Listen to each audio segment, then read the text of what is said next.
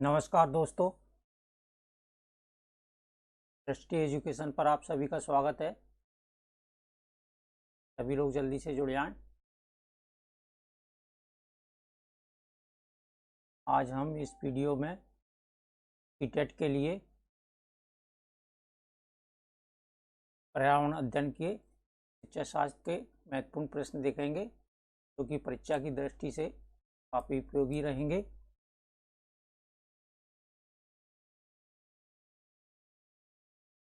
सभी लोग जल्दी से जुड़ जाएं। अगर मेरी वॉइस आ रही है तो प्लीज़ कमेंट करके बताएं।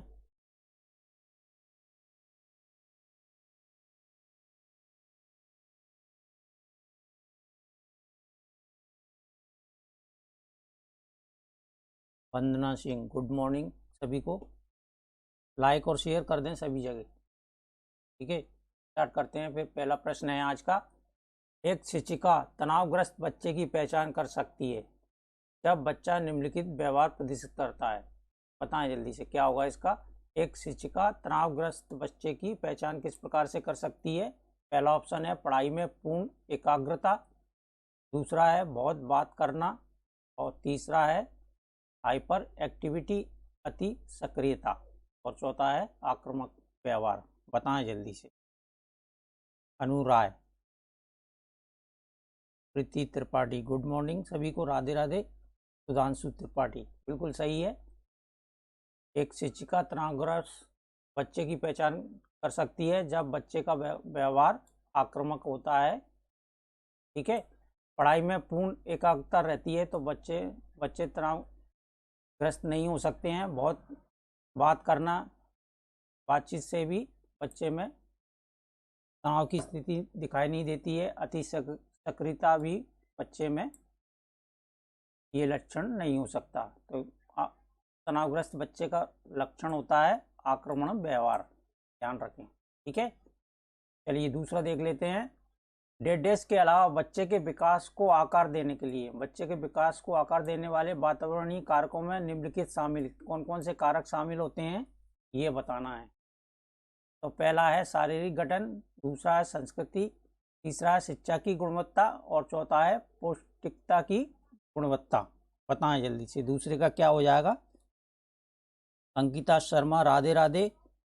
बिहारी पटेल 4, विजय कुमार, स्वर्णलता, सभी ने सही बताया है। पहले का 4 होगा, दूसरे का बताएं। डेडेस के अलावा बच्चे के विकास को आकार देने वाले वातावरणीय कारकों में निम्नलिखित सभी शामिल हैं। बताएं क्या क्या शामिल हो सकता है इसमें। पहला है शारीरिक गठन, दूसरा संस्कृति, तीसरा शिक्षा की गुणवत्ता, और चौथा है पौष्टिकता की गुणवत्ता। तो बच्चे के विकास के आकार देने में किस किस की भूमिका रहती है। एक तो रहती है संस्कृति की, दूसरी है शिक्षा की गुणवत्ता, शिक्षा जितनी अच्छी होगी, और पौष्टिकता की गुणवत्ता। ये तीनों शारीरिक विकास को आकार देने में महत्वपूर्ण भूमिका निभाते हैं। ठीक है, तो सही उत्तर हो जाएगा इसका शारीरिक गठन। ठीक है, अनुराय, अंकिता शर्मा, सोनी उपाध्याय, बिल्कुल सही है। अगला देख लेते हैं।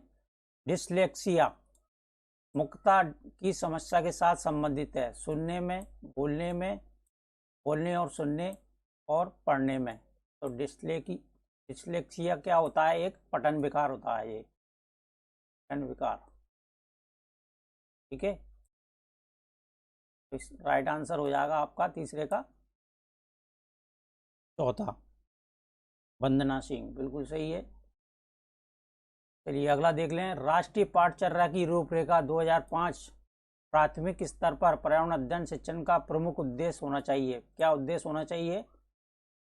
पहला है विषय की आधारभूत संकल्पनाओं की आधारभूत समझ का विकास, दूसरा है विषय के आधारभूत सिद्धांतों को स्मरण करना, और तीसरा है कच्ची अधिगम को विद्यालय के बाहर के जीवन से जोड़ना, और चौथा है स्वतंत्र रूप से प्रयोग करने की कुशलता अर्जित करना। बताएं जल्दी से क्या होगा चौथे का। सी, वंदना सिंह, बिल्कुल सही है। कच्ची अधिगम को विद्यालय के बाहर से जीवन को जोड़ना, ये राष्ट्रीय पाठचर्या रूपरेखा 2005 के प्राथमिक स्तर के बच्चों के लिए प्रमुख उद्देश्य होता है। ठीक है, चलिए अगला देख लेते हैं। 5वां है, प्राथमिक स्तर पर पर्यावरण अध्ययन में रचनात्मक आकलन डेट डेस को शामिल नहीं करता है। ध्यान रखें, नहीं पूछा है यहाँ पर। ठीक है, किसको शामिल नहीं करता है ये बताना है। शिक्षार्थियों के अधिगम रिक्तियों की पहचान करना, तो ये इसमें शामिल होता है। शिक्षकों में कमियों की पहचान करना, कमियां किस तरह से पहचान की जाए ये भी देखना होता है इसमें। शिक्षार्थियों को सीखने को बढ़ावा देना भी होता है।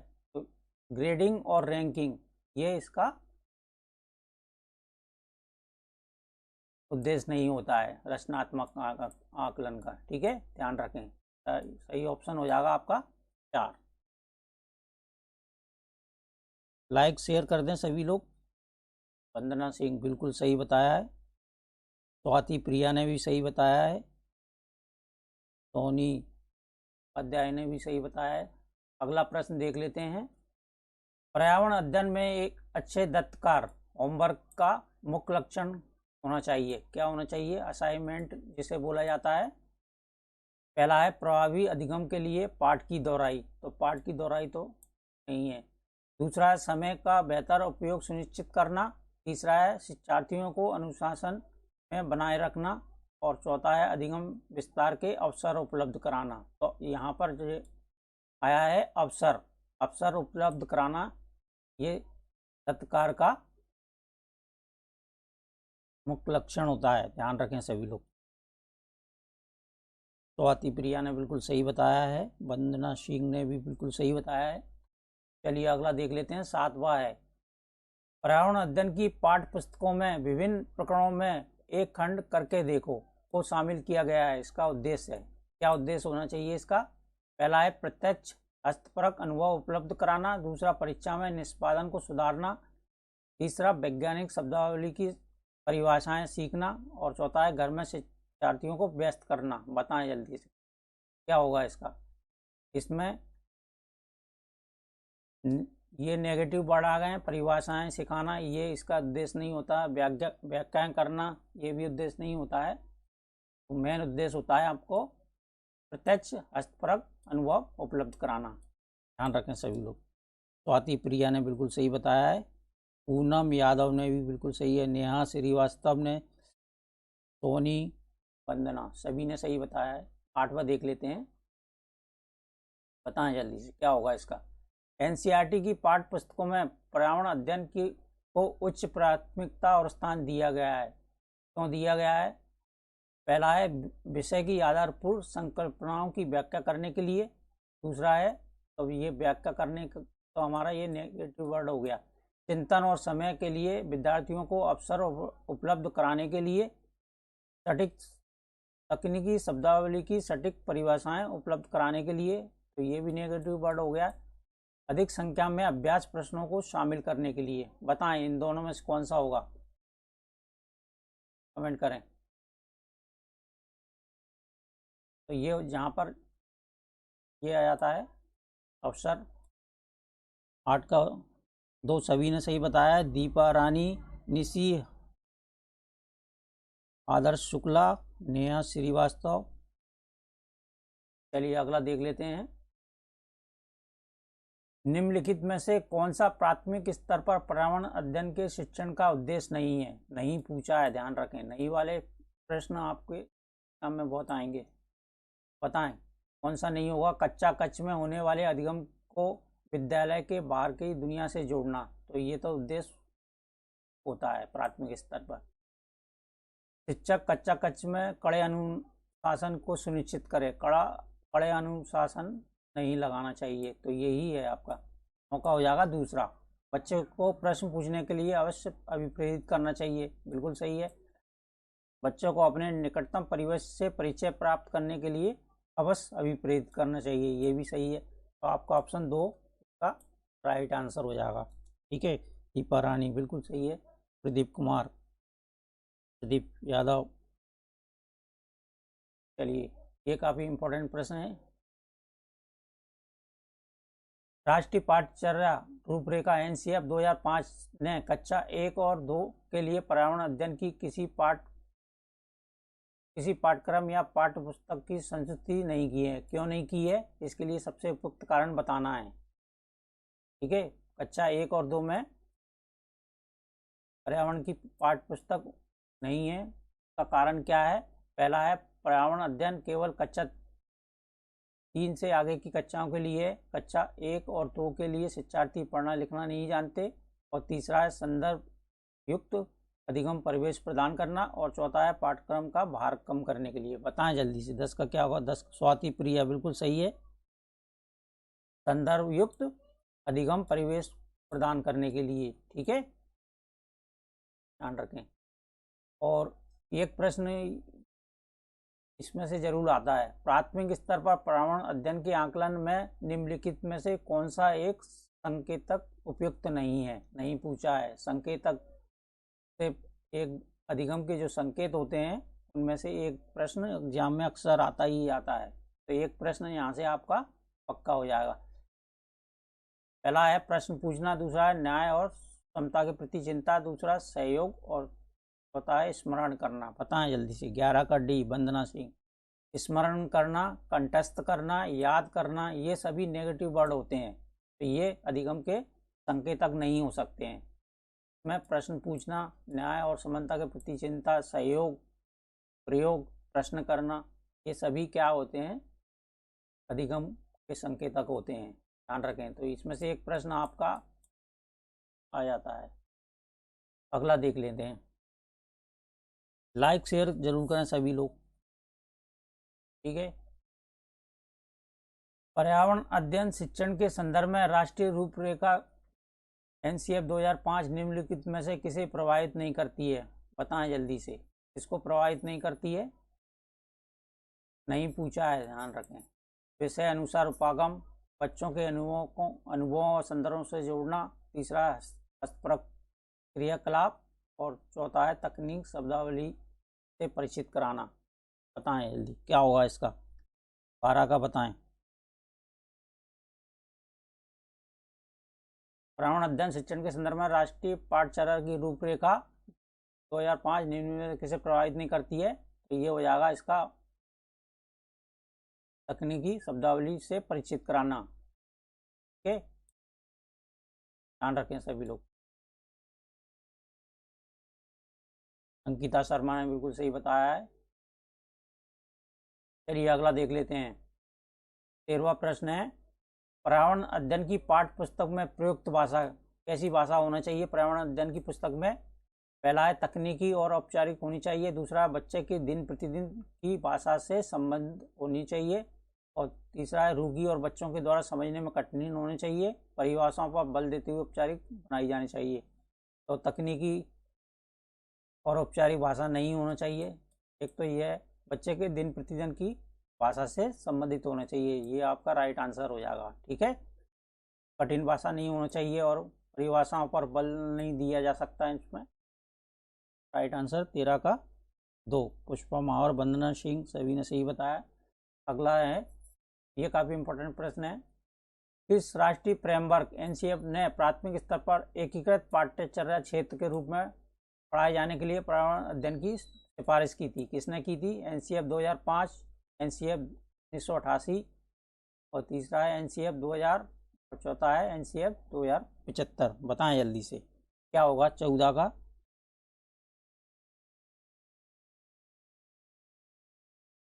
तो सीबीएसई बोर्ड ने इसका आंसर माना था 1975, ध्यान रखें, लेकिन हमारे हिसाब से आंसर होगा एनसीएफ 2000,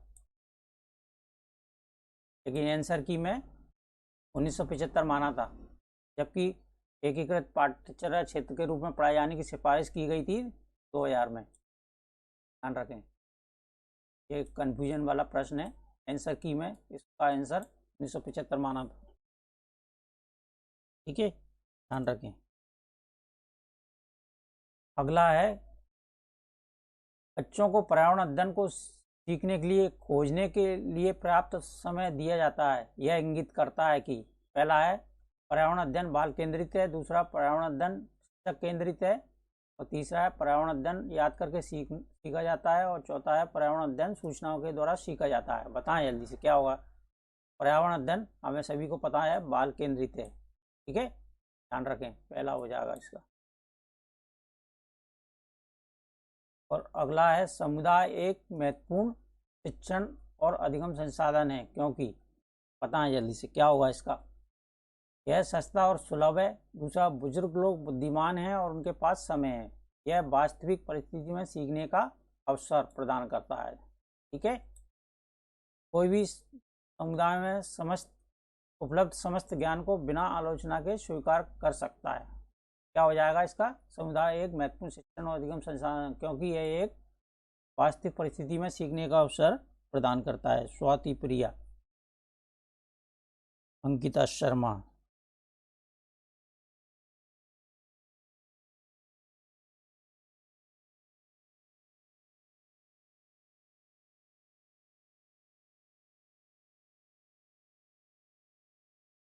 ये 20 है, 20 हो जाएगा ये, ठीक है, ध्यान रखें, नंबरिंग गलत हुई है। विद्यालय में मिड डे मील के समय के लिए कौन सा प्रासंगिक है। बताएं जल्दी से। शिक्षण अधिगम के साथ इनका कोई लेना देना नहीं है। यह ईवीएस शिक्षण अधिगम के लिए एक अच्छा शिक्षण अधिगम का अवसर है। अवसर देखो यहाँ पर भी आ गया है, ये टेक वर्ड होते हैं, ये इनको ध्यान रखें। यह उन बच्चों के लिए है जो विद्यालय में खाली पेट आते हैं। यह शिक्षण अधिगम के लिए बहुत ही मूल्यवान समय को बर्बाद करते हैं। तो सबसे अच्छा क्वेश्चन हो जाएगा, विद्यालय में मिड डे मील के समय के लिए कौन सा सबसे प्रासंगिक है। तो ये हो जाएगा दूसरा, ठीक है। और ये 21 है, ठीक है। पर्यावरण अध्ययन के संदर्भ में बोझ के बिना सीखना क्या बताता है। बताएं जल्दी से। स्कूल बैग का वजन कम करना। दूसरा है ईवीएस पाठ्य पुस्तकों में अध्यायों की कम संख्या। तीसरा, अवरोध का भार कम करने की जरूरत। और चौथा है ईवीएस पाठ्यक्रम को आधा कम करने की जरूरत है। बताएं जल्दी से क्या होगा इसका, किसका बताएं।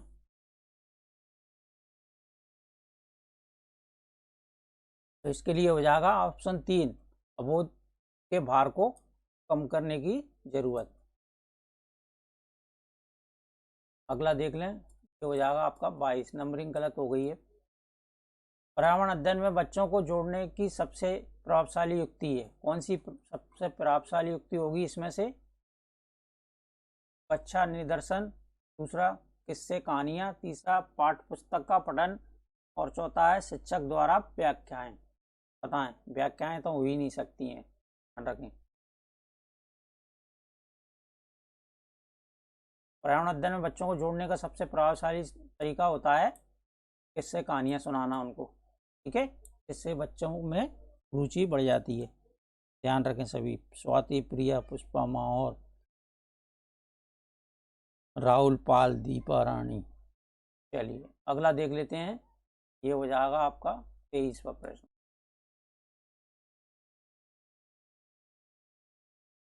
निम्नलिखित में से कौन सा एक पर्यावरण अध्ययन के संबंध में सच नहीं है। यहाँ पर भी नहीं पूछा है, पर्यावरण अध्ययन के संबंध में कौन सा सत्य कथन नहीं है, ये बताना है। पहला है, पर्यावरण अध्ययन वर्णनों और परिभाषाओं पर बल देता है। वर्णन और परिभाषाएं यहाँ पर आ जाती हैं तो ये एक नेगेटिव वर्ड हो जाता है, ठीक है। पर्यावरण अध्ययन की प्रकृति कैसी है, एकीकृत, तो ये बिल्कुल सही बात है। पर्यावरण अध्ययन बाल केंद्रित अध्ययन है, ये भी सही है। पर्यावरण अध्ययन बच्चों को अपने परिवेश को खोजने के अवसर प्रदान करता है, ये भी सही है। तो यहाँ पर नहीं पूछा है, इसलिए आंसर हो जाएगा आपका पहला, ठीक है, ध्यान रखें सभी लोग। तो आज के लिए इतना ही, धन्यवाद सभी को। शाम को फिर एक क्लास और रहेगी आपकी, ठीक है। प्रैक्टिस करते रहें सभी लोग, शेयर और लाइक जरूर करें। धन्यवाद सभी का, नमस्कार।